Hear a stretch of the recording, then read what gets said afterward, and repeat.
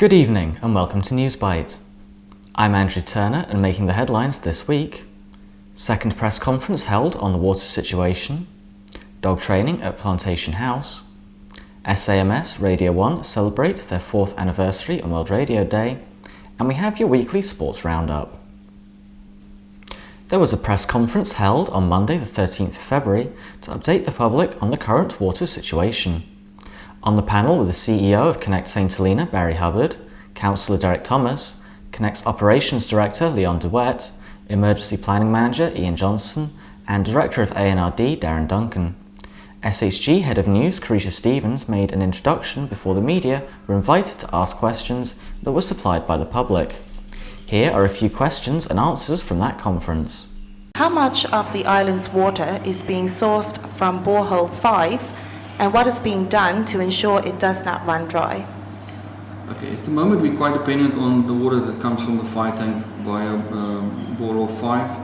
Borehole 5 has proven over the period when construction happened, even at the airport, that it's quite reliable. Even recently, and now we constantly monitor the static level in the borehole and also look at the rate of recovery after we struck about 300 cubic meters of water on average a day from that source. Obviously the water table will be a good indicator of whether the borehole is in actual fact starting to give us problems. It has dropped about 100 millimeters since the beginning of November in terms of the static level, but it is insignificant. So it appears to be still strong and we are very much reliant on that. Okay. Also, how much would it cost for St Helena to have a desalination plant? Okay, desalination is obviously something that is always being a consideration. It is very costly though. We also need to keep in mind that less than 1% of the world population is actually, in actual fact, dependent on desalination plants. For us as well, it would be feasible in the long run after we've considered all our options. But in the short term, it's not necessarily a cheap solution. To install a plant, let's say, for argument's sake, at Rupert, given our volumes, we would effectively have 2 500 cubic meter plants, and from that we will supply the 2 big areas, the Hartsgate zone and the Red Hill zone. It's not just the plant that needs to be installed, we need to lay to total about 11 kilometers of pipeline to bring the water from there up to the treatment, to the treatment works, from where it will be gravitated to properties again. It needs to still be treated again after that long distance. So the cost of the plant and pump stations and the pipelines, all of that, our projection is that will cost about £3 million. To run a plant like that is actually the long-term problem and concern, and that's one of the reasons why desalination worldwide is only in extreme circumstances being implemented because of the running costs. We are looking at least £20 per cubic meter of cost, whereas now people pay around £1, 1.3 pounds per cubic meter. So the cost will significantly increase if we do introduce a desalination plant. Thank you. Another question: do you have any possible idea when the water restrictions will be over? And it's followed up with what if it doesn't rain? We've formally stated this before, that we are aiming to get the reservoir levels up to 50%. We at the moment in the region of about 10%, so we're still a long way off. Even with the rains that we have recently made a little difference to our levels. So to be safe, we will work towards 50%, even if it starts raining now, so we won't lift the restrictions as yet. If it doesn't rain, then we're obviously in trouble. We've managed to hold out quite well up to now. Our levels are more or less similar to what we had in November. But we've seen with some of the springs and also with private springs where they do dried up. So we obviously, in the long run, there will be a further impact. But there are plans and processes in place in order to try and underpin this as we go along, to see whether we can maintain this for as long as possible. But if we have a drought of another 2 years, then we're definitely in trouble. Okay. All right, so if we continue on our current water consumption rate, is there a likelihood of the water being shut off in certain places around the island in the coming future? No, we're not considering that at all. Water is a primary need for everyone, so it is a primary service, and we would look at, maybe rationing people's supplies and this and that, but we won't shut it off altogether. In any case, there are major operational downfalls that come with it, so we won't consider that. Okay. If the island cannot depend on sufficient rainfall, what is the alternative source of water? Okay, obviously we are very dependent on rainfall, and that's why our surface collection is our primary source of collecting water. We have already, with the blessing of EXCO, engaged consultants to hydrologists to do a feasibility study on the potential for deep aquifer drilling. They're busy with that. We're expecting a report, a draft report before the end of the month. And then drilling contractors have also been commissioned. They will be on island in March and work with the consultants to look at the possibility of drilling 10 exploration boreholes, which will hopefully, if they do provide us with a good yield, we will be able to use them straight away. But at the same time, that will help us to monitor the water levels on island, and also the quality of the water available to us through boreholes. That is our first objective for now in the interim, other than the transfer systems that we have already partly installed and that are in operation. Okay. And the final question I have for you is it true that our household bills for the use of water will increase? It all depends on... in our current situation it won't, but obviously if we roll over to a desalination plant and those kind of things, then obviously there will be a change. But in the short term there will be no increase. This cost is buffered by government and deferred. Okay, all right. I'd like to direct some questions to Mr. Barry Hubbard. So the first question is, where exactly are we with the water situation, and how much time before the island runs out of water? Thank you for that question. I think summing it up in a few words is it's critical but stable.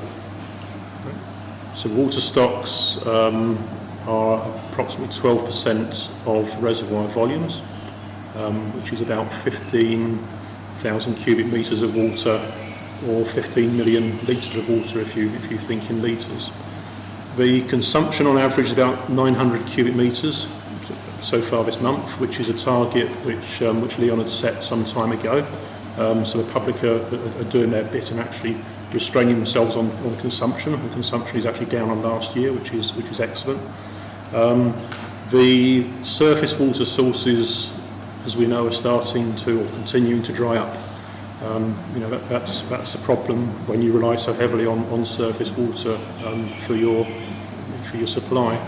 And then that's just putting more pressure on the boreholes. The shallow boreholes that perform sort of reasonably well, but they're starting to slow down, and the really secure source of water is the borehole drilled for the airport construction on Prosperous Bay Plain, which we know as borehole 5. We have bowsered 8,000 trips now, so it's 8,000 bowsered loads, and a total of 37,000 cubic metres of water, which is 37 million litres of water.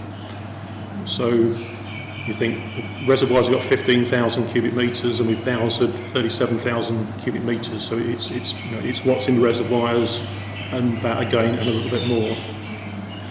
So the $6 million question was it how long will it will last? So if you just look at the stock we have at the moment, assume that no more water comes into the system, and we're consuming 900 cubic metres a day, then that stock will last for 17 days. So before people get panicky thinking, oh, we're going to run out in 17 days, remember I started by saying critical but stable. So it's been between 10 and 20 days. We had a trigger point at 20 days, which is when we engaged with the Resilience Forum. So those volumes have moved up and down a little bit. So it's stable, but it's still not a very good situation to be in. The Warning and Informing subgroup, which acts in support of the Resilience Forum, has said they will provide written answers to those questions from the general public which cannot be answered on the day. Since the press conference, there has been a significant amount of rainfall, and the latest figures suggest that the water storage facilities are now 14% full. However, restrictions will remain in place until levels reach 50%. Puppy training sessions for Dusty's 12 pups began at Plantation House on Saturday the 11th of February. Dog trainer Paula Ban led the session. The 12 puppies are now 11 weeks old, which means they are still in the all fun and games way of thinking, which makes it hard to train them in a serious manner. To solve this, Paul suggested to make the training a game to ensure the pups don't lose interest. The training included basic leash work, how to stop the pups from chewing on their leads, how to make them sit, and how to stop them from jumping up. We spoke to Paul, who told us how the training went. It's just the main three basics, which is lead work, so that the dogs get used to the lead, how to stop a dog from chewing on the lead, and the sit and the down. They're your main three things. Once you've got those and working well, then you could progress to phase 2, which we will try and do in about 3 weeks' time. That would be sort of making sure that every dog is capable of working on the lead first, because you never jump the gun, otherwise you've got problems. So every dog's got to be able to work on the lead perfect. The sit has got to come into it good, the down's got to come into it good. Then the phase 2 would be sort of like, okay, then we can move away to sort of like maybe on the recall. You can do a little bit of off lead work, which is needed, the long lead work, which helps when it's sort of like onto the recall part, and then you can build up from there. So once the basics are in place, then you can start moving around to what the individual person wants from their own dog. Okay, and how do you think today's first session went? Well, it was the main blitz to begin with everyone jumping on each other's head, but other than that, it's sort of like, obviously it was expected. It was brilliant to see so many of the pups here. It was good, very enjoyable, and in fact they really started to mellow quite a lot sooner than I anticipated. So it really went well. So yeah, it's been very good. SAMS also caught up with one of the new owners, Elsie Hughes, who told us about her dog Rolex and how the training went for them. Well, Rolex did very well, and I'm really pleased with the training, and I think we have to come to every lesson because it's an insight in watching Dusty of what a dog can do. Yeah. Yes, and as Rolex is going to be trained to be a therapy dog, the more she learns, the more she's obedient, the better it will be to take her everywhere. So yes, an excellent day. Now, World Radio Day is celebrated on the 13th of February each year. It was on this day in 2013 that SAMS Radio 1 was first launched. This year, to celebrate this important milestone, SAMS Radio 1 DJs broadcasted a marathon of live programming from 7 AM to midnight. The station also produced a short video which was uploaded to social media by way of a thank you to all the station's listeners for their continued support. If you haven't already seen it, here's your chance.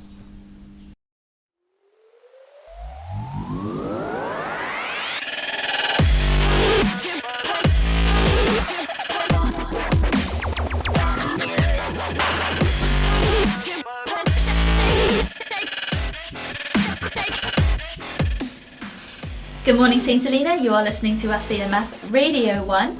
It is time for the Sunrise Show this morning with me, Nicole Peters, and Jean Danford. And of course, today we're celebrating World Radio Day with a marathon of live shows. Yes, today is the 13th of February, World Radio Day, and it's not just that, Jane. Today we are celebrating, SAMS Radio 1, are celebrating our 4th birthday.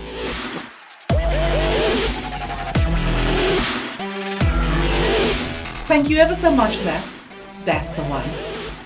We also have our World Radio Day quiz question still running, and that question is for a chance to win a mug, keyring and fridge magnet. On Christmas Day, the 25th of December 1967 at 9:45 AM, the St. Helena Government Broadcasting Station was officially opened. And we're asking, by who? And we gave you a clue, it was the governor. Yes. So whoever the governor was in 1967, that's your answer. And it wasn't Governor Lisa Phillips. No. No. And if you know the answer, you can give us a call on 22122 or 22727.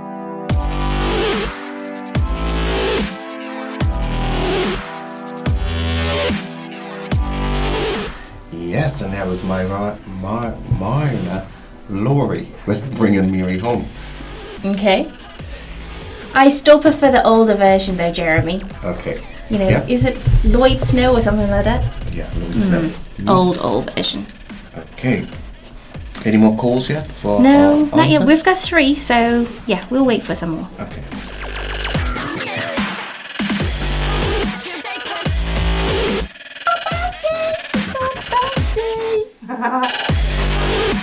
But while you were away, after the conference was over, I did start the show without you.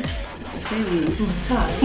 And movies, songs from movies is the theme that I'm going with today. Ooh, okay. Okay, so Donna was okay, but she doesn't watch too much movies, so I was a little bit by myself with this one. Okay, I watch a lot of cartoons, so you may still be there. That's alright. No, that's okay. I've got one lined up for you. Okay. Home. Okay, that would be Dancing in the Dark, Rihanna.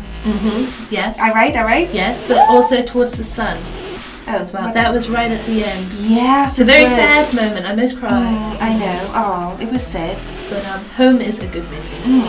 So everybody probably know by now why we're still on air since 7 o'clock this morning up until midnight tonight. It's because it's our birthday. We're 4 years old. We're 4 years old today. It's also Wild Radio Day, so we can't forget when we turn another number up. year. But yes, hopefully you are enjoying it. Please stay tuned up until midnight tonight, and you can stay tuned further on if you want. We'll put you to sleep. But yes, and of course we still have 2 more questions for our show, for where you can win a chance. We get a chance to win. Thank you. A mug, keyring, and fridge magnet. And they are lovely. They are really nice. And I think the magnet is just big enough to put in my pocket, you know. Nice. I need one keyring. Keep losing my keys. I'll take my keyring for you as we could go. Okay. Alright, but anyway, and going back to the movie Home, this is Rihanna and Towards the Sun.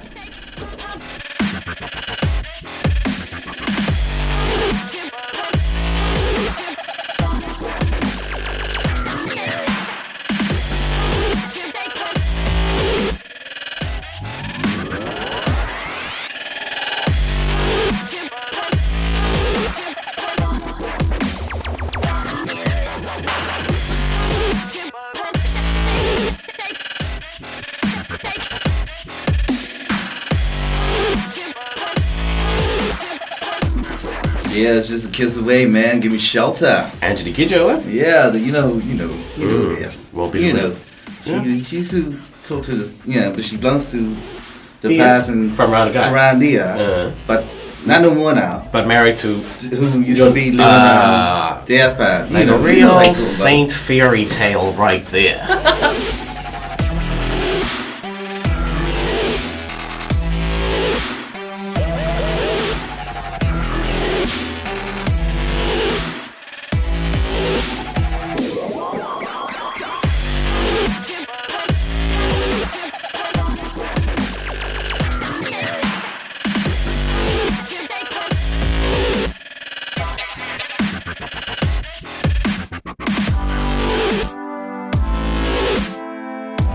This is the Sisters, Filthy Gorgeous. The Scissor Sisters. I like that name. That is some of the highest singing you'll ever get off a male voice. Yeah, and I had to sit here and witness it all. Can't touch it.